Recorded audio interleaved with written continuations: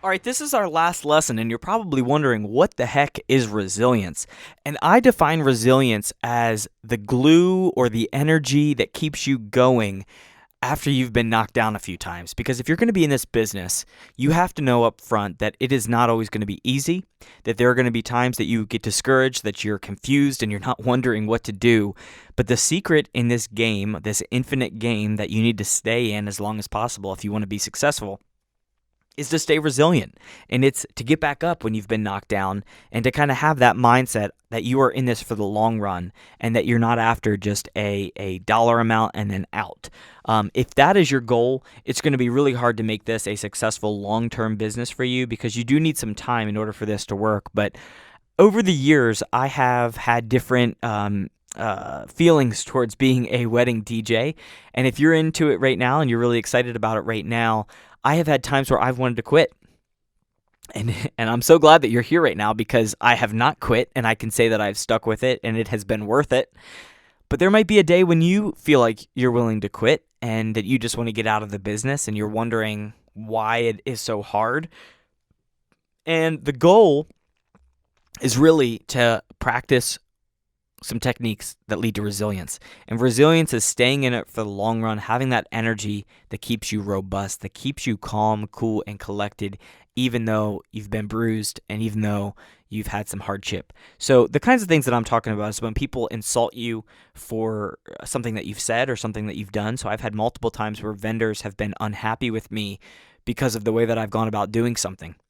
And it's really, it makes me feel awful because I have such high standards for myself and I want to look good in other people's eyes that I get discouraged when somebody is unhappy with the way that I've done something.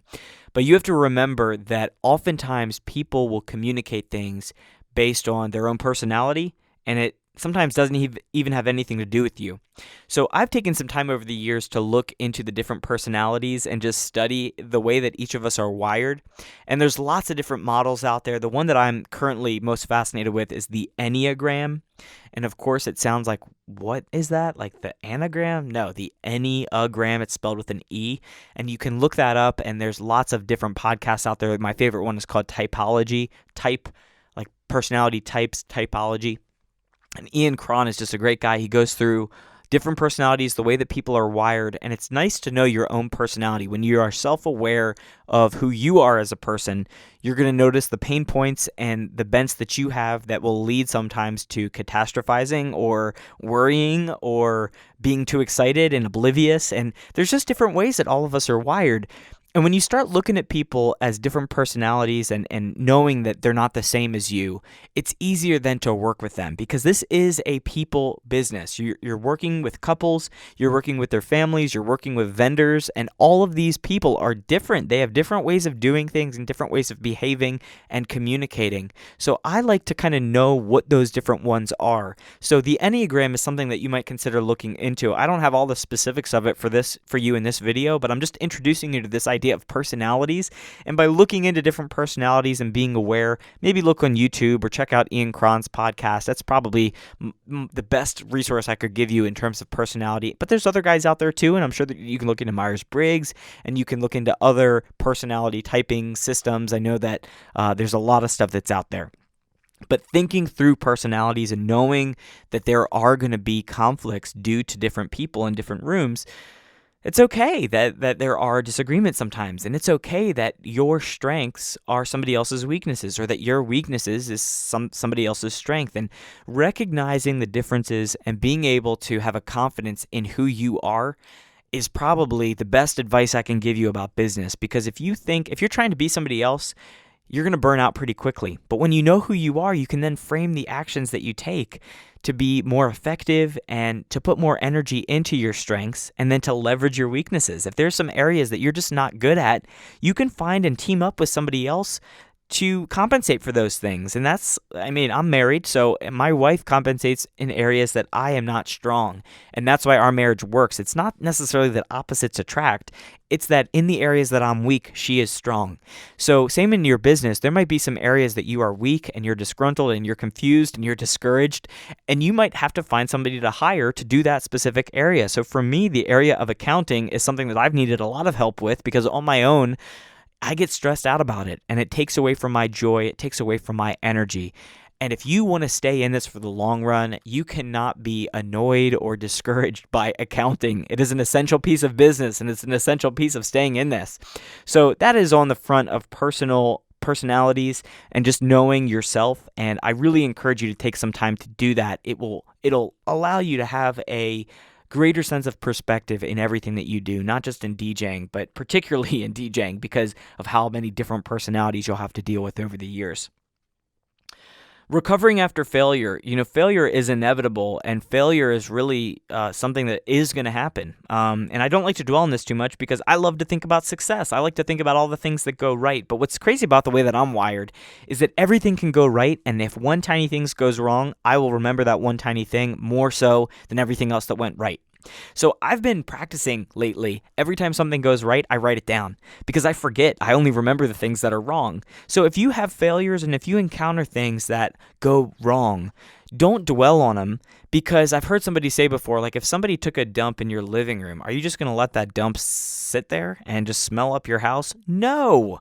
You're going to go grab it. You're going to flush it down the toilet. You're going to get carpet cleaner out. You're going to get that smell out of there. You're going to get the failure out of there. And it's not to deny that it didn't exist. It's not to deny that you need to address it, but you don't want to dwell on it too long, and you don't want to allow it to discourage you and rob your joy. So recovering after failure is as important as keeping a log of your successes. That is what has worked with me, but being aware of failure, I think, is another way to deal with it. Knowing that failure is coming and knowing that you have a plan for recovery helps you get through the failure, because when something goes wrong, I've done this before. I know how to get through it. But as you get older, and I'm a young guy, but you might be younger than me right now listening to this, or you might be older than me.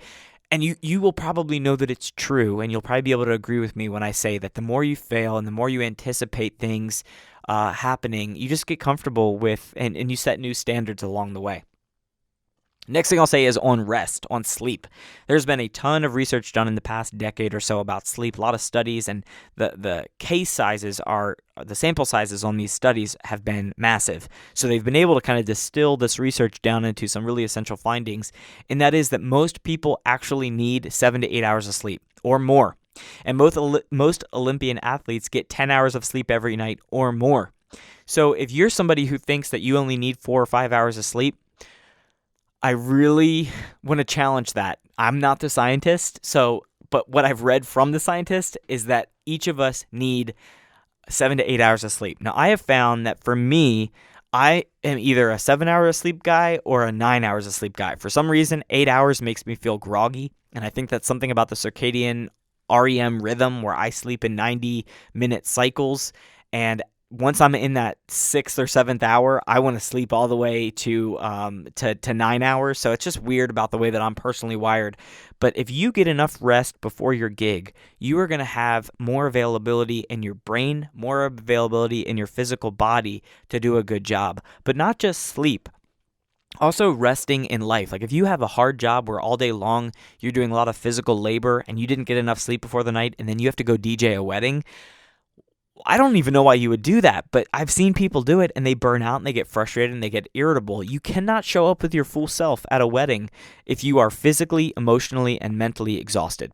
So build in the correct sleep and the correct rest for you to be able to do weddings. If that means that you cannot accept Friday weddings, tell everybody who contacts you for a Friday wedding, no. I happen to have a job, though, that's flexible, so I'm able to schedule in pretty much any day to do a wedding. It just means that I have to do work on other days during the week so that I can compensate for that. So be thinking about your schedule and your rest schedule so that you can make sure that leading up to the wedding, you're feeling good about all of the events and all of the things that you have to do to prepare for it, but that physically you're feeling fit and mentally you're feeling like you've had enough rest in order to go into it. I have seen too many people burn out because they're not getting the rest they need, and they reach the end of the rope and then they wind up quitting everything and they pull out all the plugs because that's all they know how to do. But if you want to stay in it for the long run, the secret is to go to sleep every night around the same time and wake up at a consistent time every day, and to ensure that you're getting a good 7 to 8 or 9 hours of sleep, whatever you need. But knowing that you cannot really offer your best self to a wedding if you are not getting the proper rest. You also want to think about scheduling rest after your events. So you might do a really good job of resting before the event, but if you have to go to work the next day, imagine how irritable you're going to be if you just DJ'd all night long the night before. So I've tried to build in rest not only before the wedding, but also rest after the wedding so that I can recover and then get back into the daily grind of life without feeling irritable from that wedding. So that's just something personally I do, but be thinking about rest in resilience. This is really, and again, like we're talking about running a wedding DJ business, and what I'm telling you is sleep your way to success. And I got that from Arianna Huffington's book, The Sleeping Revolution or The Sleep Revolution. And she says in there, all of the most successful business leaders used to brag about not getting enough sleep every night. Well, now they're all bragging about how much sleep that they get because it is phenomenal how many leaders are actually getting a full night's rest. And that sense of clarity and that sense of energy and rejuvenation is allowing them to run better businesses that serve more people, and they're doing smarter work. You're not invincible, and the human body needs rest every single night. And you look at the research, and it's very clear that performance declines substantially when we haven't had the rest that we need. So think about that. Envisioning success. So all of us have a mental picture all the time of what something's going to look like or how it's going to go. And the way that you envision that picture in your head has a lot to do with how it's actually going to happen in real life. It's not magic, but a lot of times the things that we focus on and the things that we dwell on happen to come true because we're thinking about it so much. So it's very easy for us then to carry out that vision that's been stuck in our head. So if you have a successful vision and a growth mindset of seeing everybody's faces happy, of knowing what it looks like and what it feels like to see people on the dance floor enjoying themselves, and you're able to walk into the gig seeing that happen, you're going to find that you're going to find the songs in your software, and you're going to create the systems necessary so that you have those songs available to get people dancing correctly. And I think that's the better strategy of envision a bunch of people dancing and having a good time. And then work backwards. Figure out all the steps that you need to do in order for that to happen. So envision success of the entire day and envision success of your business. What does this business look like in 5 years? What does your life look like? How much money is in your bank account? Imagine what it might look like one day to log into that bank account and see the number that you've been thinking about. And you'll start to realize real quickly how many checks need to be written from other people and how many events you need to do in order for it to happen. And you'll figure out how to make it happen. It's really insane how the human brain works in envisioning success and visualizing what the future could look like, and then you work backwards. So that is how you stay resilient. That's how you stay in this. And something I love to do is I love to picture the end goal. I love to picture myself when I walk into the wedding, walking out of the wedding. I like thinking about getting home to my wife and getting back in bed. And we have a little dog. We have a little dog teddy bear. And I picture him, saying hi to me and saying, welcome home. He doesn't actually talk, but I think he does. And I love that because when I'm DJing and it's getting a little tough and things are a little challenging, I think to the back of my head, I'm going to get home to Hope soon. I'm going to get home to Teddy Bear soon. I'm going to go to bed. It's going to feel so good, but I'm not checking out of the event. I use that to propel myself through the event.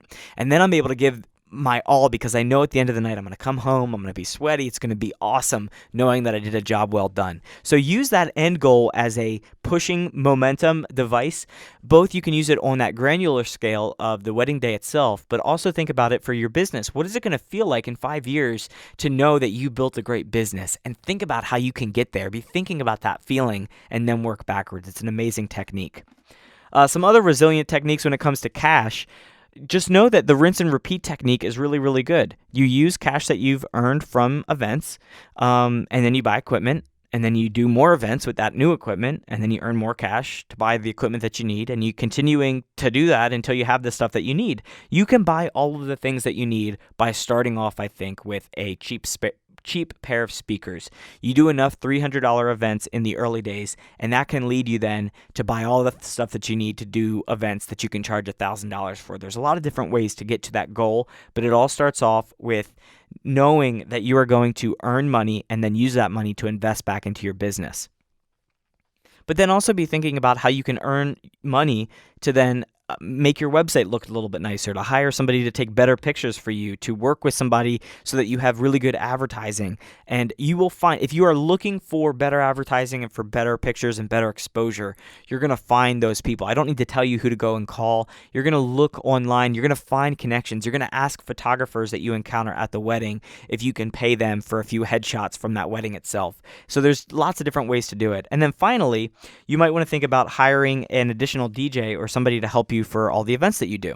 So I hire a guy to help me with equipment load in so that it's less on physical strain, and to help sometimes with DJing the music itself so that I can focus on all of the close contact stuff with the people, because I enjoy that side of the business.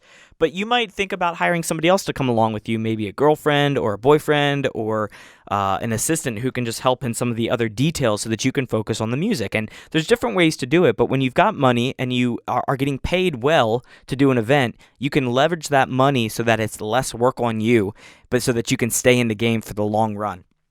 And that's really what I want for you, is I want you to stay in this for the long run and not to cash out after, or not to just check out after one thing goes wrong or one event doesn't work out the way that you wanted it to. There are ways to condition yourself and to create new ways of doing things so that you can stay in the game without, and maintain the benefits that you want without being discouraged in the ways that you may have experienced. But we talked about earlier in the course, we talked about the infinite games and the finite games, and it's really the infinite game that you are playing when you run a business, and the goal of the game is to stay in it as long as possible. So staying in the game might mean leveraging your contacts, leveraging your money so that you can continue to earn profit without doing the things that discourage you, or without doing the things that are not in your core skill set. So everybody's different. Everybody has different personalities and abilities and talents and things that you're good at and things that you're not good at. And it's fun to learn what they are and to learn where your limits are. And just because you get to a point where you don't want to do it anymore doesn't mean that you have to check out of your business. You can work with somebody else to keep that business going and to continue earning money in the long run so that you can meet the financial goals and the personal goals that you have. So that's why I bring up resilience, and just staying in the game is a really big piece of this, because I think if I did not talk about resilience and the importance of just your personal, the way that you conduct yourself outside of the life of being a DJ, it affects your DJ life, and it affects what's going to happen and what you see come true on each event. So that's the last lesson. I can't wait to see you in the bonus lessons for all of these, but congratulations for getting to the end. Congratulations for leveling up, for deciding that you're not just going to sit around and you're not just going to wait for things to happen, but you're going to do something, that you're going to take the information that you've learned, that you're going to put it into action. You're going to create a business that you love to operate, and a business that is going to create lots of money for you, doing something that you love, doing something that other people would die for, because, to be able to play music and meet people, it is a really unique opportunity. And I'm just so proud of you for getting all the way to the end of this lesson and all the way to the end of this course. And I want to keep this relationship going. Just because you got to the end of the course doesn't mean that we are done. You have a team of people who is for you, and I am one of them. And I'm here hoping that you are going to create a business that you love, and I know that you can do it, and I am here to help you along that process. So get in touch with me in the ways that are out there, my email address, or we can schedule a call or whatever, and I want to see you succeed. I want to see you loving your business and feeling like you did a great job. So once again, congratulations for getting to the end of this course. Now it's time for action. Now it's time to see you go and do this stuff.